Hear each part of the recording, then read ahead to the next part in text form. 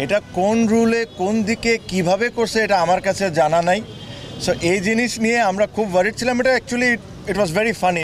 আচ্ছা ভাই, আমরা মেনলি যে কারণে আজকে এখানে সবাই একসাথে হয়েছি, যেটা হলো লাস্ট 2-3 মাস 4 মাসে কিছু কিছু ইনসিডেন্ট ঘটছে, যেটা নিয়ে প্রত্যেকটা প্লেয়ারের মনে একটা কষ্ট ছিল।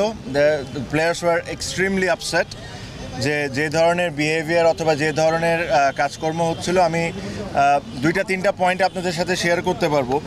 প্রথম কথা হলো তৌহিদ হৃদয়ের ইস্যুটা যেটা হলো, তার সাথে একটা মাঠে ইনসিডেন্ট হয়, ওকে 2টা ম্যাচের জন্য সাসপেন্ড করে। যখন 2টা ম্যাচের জন্য তাকে যখন সাসপেন্ড করে, তখন কিন্তু কোনো প্লেয়ার বা কেউ এটা নিয়ে কোনো কথা বলেন নাই। ওয়ালটন আবারও মিলিয়নিয়ার অফারে ওয়ালটন ফ্রিজ কিনে আপনিও হয়ে যেতে পারেন মিলিয়নিয়ার। আম্পায়ার, ম্যাচ রেফারি মিলে তাকে সাসপেন্ড করেছেন। হ্যাঁ, ব্যক্তিগতভাবে আমরা মনে করতে পারি যে ডিসিশনটা ওয়াজ হার্শ, বাট এটা নিয়ে আমরা কিন্তু কেউ কোনো সময় কোনো কথা বলি নাই। তার কিছুদিন পর দেখলাম যে 2 ম্যাচ থেকে 1 ম্যাচ করা হলো, এটা বিসিবির করেছে। তখনও আমরা কোনো ধরনের কোনো কথা বলি নাই। তখন তৌহিদ হৃদয় একটা ম্যাচ সাসপেন্ড ছিল, না খেলে তারপরে সে 2টা ম্যাচ খেললো। সো বেসিকলি ওর যে পানিশমেন্টটা ছিল সে কিন্তু অলরেডি সার্ভ করে নিয়েছে। এখন 2টা ম্যাচ খেলার পর কালকে শুনলাম যে তাকে আবার সাসপেন্ড করছে। এটা কোন রুলে কোন দিকে কিভাবে করছে এটা আমার কাছে জানা নাই। সো এই জিনিস নিয়ে আমরা খুব ওয়ারিড ছিলাম। এটা actually it was very funny. কোনোভাবেই সাসপেন্ড হতে পারে না, বিকজ যে ছেলে অলরেডি সাসপেনশন হয়েছে, তাকে বিসিবি অ্যালাউ করেছে খেলার জন্য 2 ম্যাচ, তাকে আবার আপনি কিভাবে সাসপেন্ড করতে পারেন? সো এটা আমাদের একটা বড় পয়েন্ট ছিল।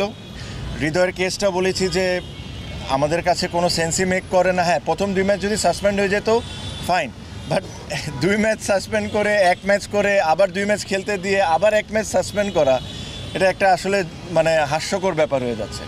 সো এই জিনিসগুলো নিয়ে আমরা তাদেরকে বলেছি যে আপনারা দ্রুত ডিসিশন নেন আর আমাদেরকে জানান, যেহেতু কালকে খেলা। আই এম শিওর ওনারা একটা সময় আমার মনে হয় খুবই দ্রুত একটা ডিসিশন দিয়ে দিবেন। আপনারা সবাই হয়তো বা জানতে পারবেন, আমরাও জানতে পারবো।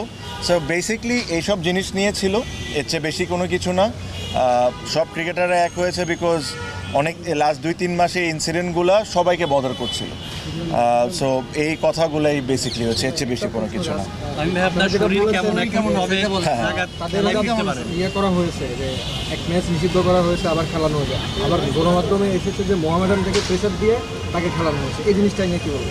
হ্যাঁ, মোহামেডান থেকে প্রেশার দিয়ে খেলানো হয়েছে কি হয় নাই এই কথাটা ইম্পর্টেন্ট না। তাকে কি বিসিবি খেলতে অ্যালাউ করেছিল? ইফ বিসিবি অ্যালাউড, তার মানে he has served his punishment. তো যে ছেলে একবার তার পানিশমেন্ট সার্ভ করে নেয়, 2টা ম্যাচ খেলার পর ওকে আপনি একই কেসের জন্য আবার কেমনে পানিশমেন্ট দিতে পারেন? সো এটা নিয়ে আমাদের ডিবেট হয়েছে, ওনাদেরকে আমরা